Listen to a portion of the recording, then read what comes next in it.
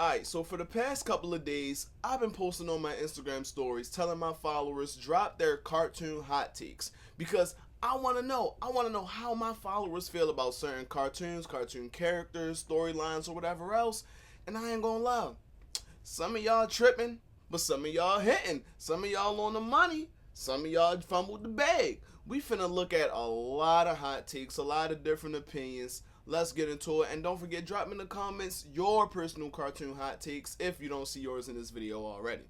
Jumping into the first one, Poetry Notes _57 said, Aang and Katara should have never happened. Katara and Zuko has way better chemistry and depth. Whoo, now let me tell you, as a Zutara shipper myself, I'm gonna be honest, I kinda like this opinion. I ain't gonna hold you. I've said this before, I kinda feel like Aang and Katara's relationship, it wasn't forced. It wasn't forced, but it felt one-sided, if you get what I'm saying. It felt like throughout majority of the show, it was Aang wanting Katara. It was Aang chasing Katara. I honestly feel like Katara only seen Aang as a little brother until she didn't for some reason. But that isn't me saying that Aang and Katara don't work as a couple. I think they're perfectly fine as a couple. They cute, but their build-up was kinda in my opinion. Now, when we talk about Katara and Zuko, oh yeah, I wanted that. They look better together than Aang and Katara. Zuko and Katara look good together. Their chemistry did hit because I know a moment everybody like to talk about when they were in the cave with the crystals or whatever else, and she was about to heal his wound with the healing water or whatever. I know that moment was definitely there, and I love how Zuko rolled out with Katara to slide on the dude that killed her mother. Hey, bro, Zuko and Katara, I wanted it. I wanted it, but all in all, I wouldn't say Aang and Katara should have never happened. But I do kind of wish Zuko and Katara happened. Next unpopular opinion comes from Nana AMP22, and this person said Ben 10 kinda boring. Ben 10 is kinda boring. We not talking about the same Ben 10. We ain't talking about the one that came on Cartoon Network with the 10-year-old boy that got an alien watch that turns him into 10 different alien heroes, and he unlocks more throughout the series. He's fighting alien warlords, mad scientists, your everyday criminals, and things of that nature. They not talking about that Ben 10. Calling Ben 10 boring, or even kinda boring, is a disgusting take. I'm not gonna lie. That's disgusting. I can't get with that one, bro. That Ben 10 boring? What? Whew. On to the next, bro. Certified _ don't miss said Donatello wasn't the smartest Ninja Turtle. It was really Michelangelo. I don't like how your name is Certified Don't Miss, but you just missed. When and what series is Michelangelo the smartest?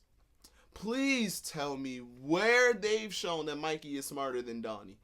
Come on now. Donnie is the one that makes all the turtles tech, gadgets, and everything else. He made the shell cells. He made the shell razor. Donnie puts all that stuff together. In the theme song for the 1987 series, it literally says, Donatello does machines. And then in the 2012 theme song, it says, Donatello was the fellow has a way with machines. Donnie is solidified as the smart one. I don't know where the Mikey is the smart one came from. Mikey is my favorite turtle, but I will never say he's the smartest. Nah. And this hot take comes from my good friend Hadia. She said Adventure Time is overrated, regular show was overrated, and she added periods at the end of both sentences as if she cooked. Adventure Time being overrated is kind of crazy. No, Adventure Time is a top 10 cartoon of all time. So that's, nah.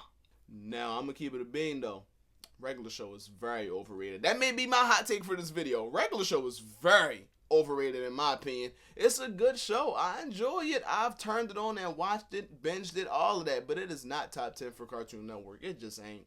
But saying Adventure Time is overrated, that's a little crazy. Micah _ LNG says Timmy deserved to be tortured by Vicky. What did Timmy do to anyone that he deserves the torture he got from Vicky? Please, that's my only question for this one. What did Timmy, bro? What did Timmy do? Just tell me. You drop this in the comments. Whoever dropped this hot take, tell me in the comments, what did Timmy do to deserve what he got from Vicky? To deserve the treatment he got from Vicky? Let me know. I must have missed it. This one comes from High4000 2021. Tara is perfect for Beast Boy. There was such a wasted couple. I don't see it with Raven and Beast Boy. Now, I don't know if saying Tara and Beast Boy is a hot take per se, because I think a lot of us can see that they actually did mesh well together. It's just certain things happened with them that made them fall apart and go down different paths. So I don't know if that's the hot take. But I will say, saying you don't see it with Raven and Beast Boy, that's the hot take, and I agree, because I've said it multiple times. Why is Beast Boy and Raven shipped in Teen Titans? I don't give a damn if they went together in the comics. I don't care about no other adaptation. I'm talking about Teen Titans 2003.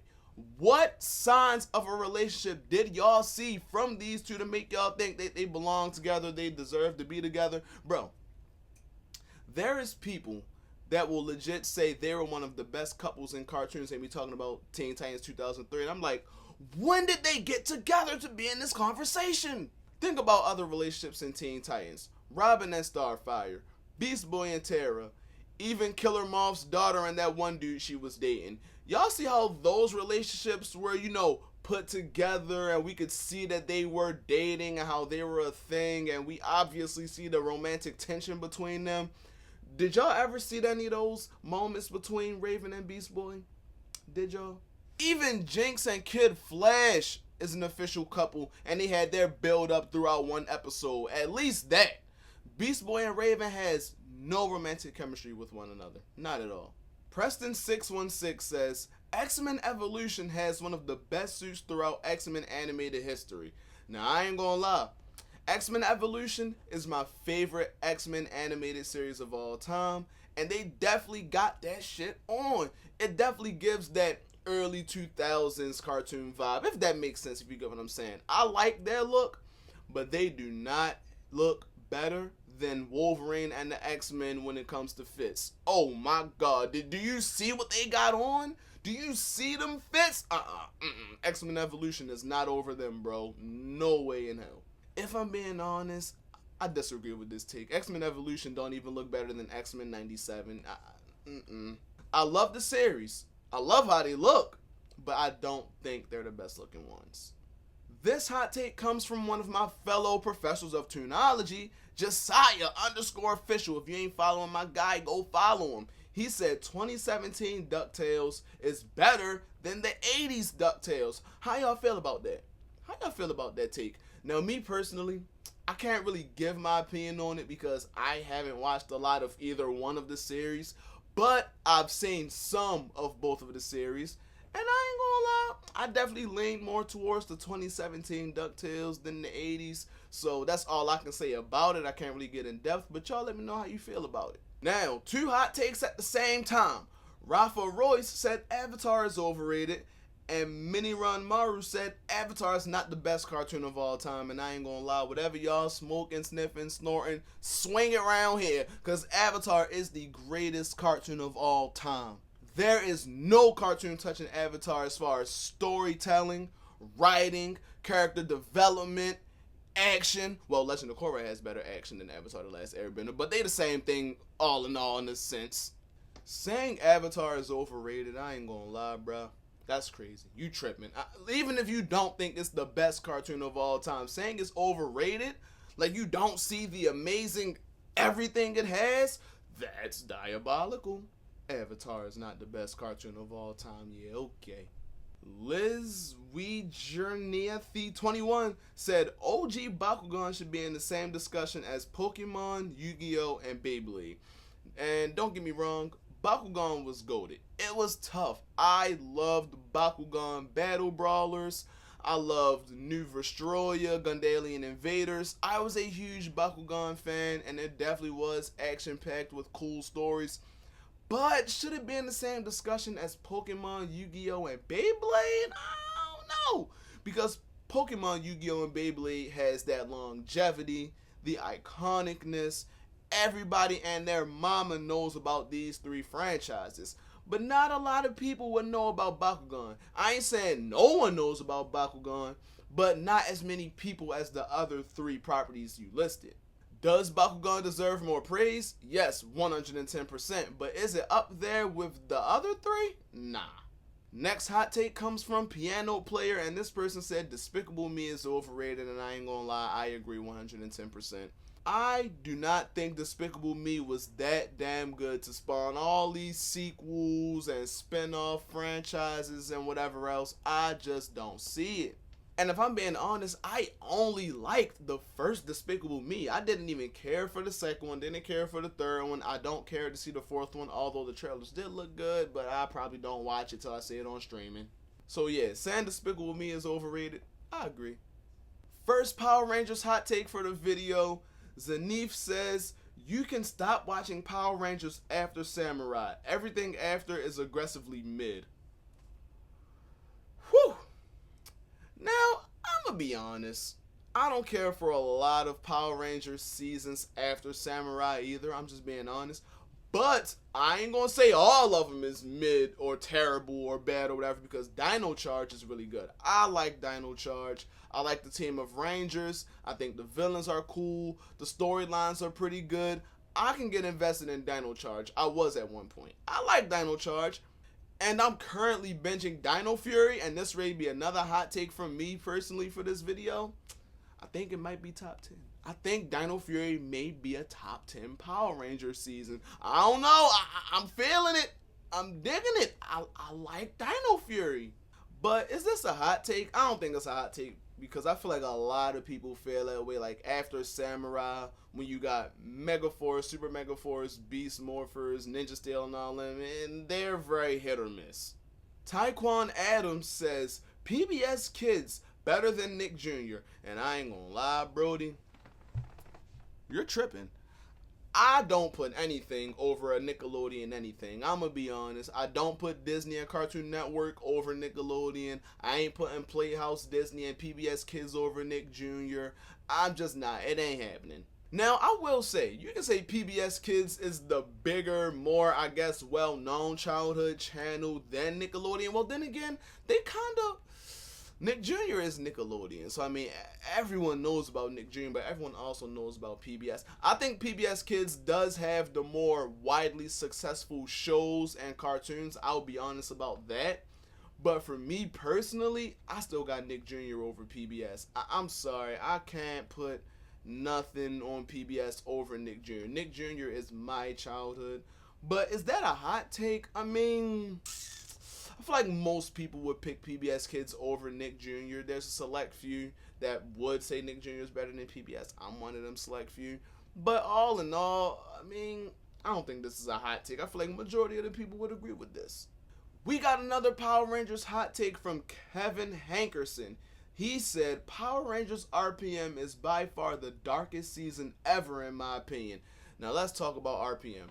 RPM is a top 3 Power Rangers season. It's ranked at number 2 for me. Let's get that out the way. Power Rangers RPM is one hell of a dark Power Rangers season. You got involvements with the cartel.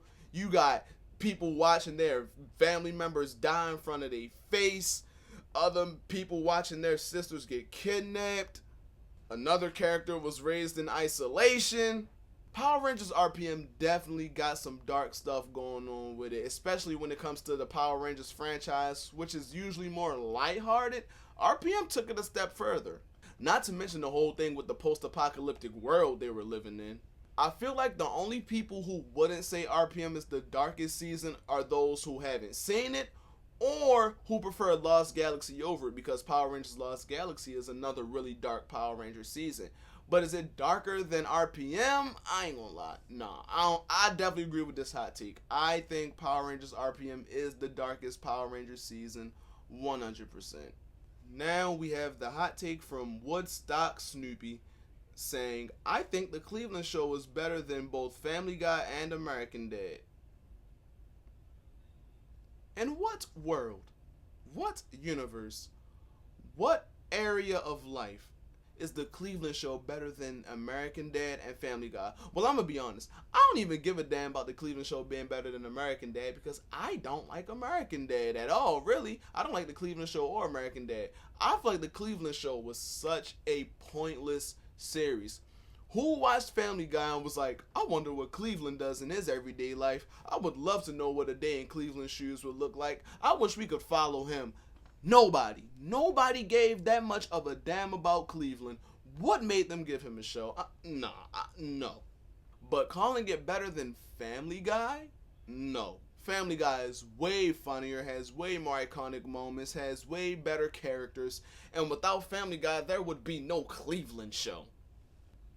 Bro. I can't get with this opinion. That's definitely a hot take. That's definitely a hot one. Next hot take we have comes from Stay_Frosty_Jordan, and they said 80s and 90s TMNT are the best. Now, let's talk about that.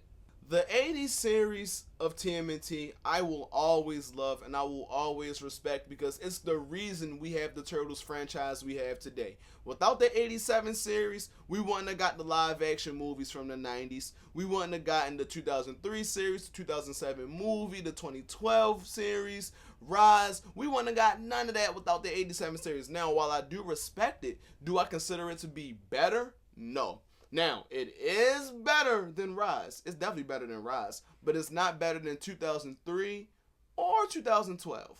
The 87 series was a fun Ninja Turtle series, don't get me wrong, but when it comes to story, writing, character arcs, character development, 2003 and 2012 clears in that case. If I'm being honest, I even prefer Tales of the TMNT over the 80s cartoon of the Ninja Turtles. Like I said, I love it, but I don't think it's the best. Alright, Micah_LNG says Danny Phantom's overrated. Whew! Danny Phantom being overrated, I don't think it's overrated. Danny Phantom is definitely properly rated. There's a lot of people that have Danny Phantom in their top 5. There's some people that say it's top 10 but not top 5. There's even people that got it in the top 3. And I feel why Danny would have every one of those placements in them ranges, you get what I'm saying? Danny Phantom is without a doubt one of Nickelodeon's best cartoons of all time, one of their greatest cartoons of all time, one of their most iconic cartoons of all time. Danny Phantom is a great show, bro, with charming characters, a badass theme song, awesome villains, great action. What's not to like about Danny Phantom or to consider it overrated? That shit was tough. And the final take of this video comes from my boy Lewis Knows Tunes on Instagram. Drop him a follow if you're not following him. He said Tommy is the greatest ranger of all time, but he's also the most overrated ranger of all time. And I agree. He's not wrong. Listen, bro. Tommy is a iconic ranger. He's the most iconic ranger. And it's right to call him the greatest ranger. Listen, bro. He was the Green Ranger, the White Ranger, Zeo Red, Turbo Red, and Black Dino Thunder. He had hella colors and he was part of hella teams. He has the greatest legacy. I'm not saying he's not the greatest Power Ranger of all time, but there are some people out there that think Tommy is just beating every Power Ranger team. He's beating every Power Ranger individually. He can solo their teams. If Tommy is a part of a team, that's an automatic W, and that's not the case. There are a few Rangers and teams I have whipping Tommy's ass. First of all, Tommy's not beating anyone from Jungle Fury. He's not beating them Pai Schwa Masters. He's not. What do y'all think Tommy is doing against a team like Ninja Storm with trained ninja masters with elemental powers? Let me know. I'm going to tell y'all right now, feel how you want about the season, but Tommy ain't touching the Super Mega Force Rangers. They literally have access to every other Ranger team's powers. Y'all think Tommy beating the Mystic Force team? The team of wizards with magic powers? And I'm only halfway through Dino Fury. I just finished the first season. I'm going to tell y'all right now, Tommy ain't beating them. Because once they activate them Dino Fury keys with different powers and abilities, shit, they beating teams all together. I ain't going to hold you. Like I said, Tommy is the GOAT. He is the greatest Ranger of all time. But he is not the most powerful. Stop it. Rest up to the GOAT, Jason David Frank, though. But those were just some of the hot takes I got from my Instagram followers and a few of my friends. Y'all let me know in the comments how you feel about some of the hot takes, my opinion on the hot takes. Drop some of your hot takes in the comments. I would love to hear from you guys. But as always, like, comment, subscribe, all that good YouTuber chiz. Follow me on Instagram at finding.miko. Follow me on TikTok at findingmiko. And I will see you guys in the next video. We out.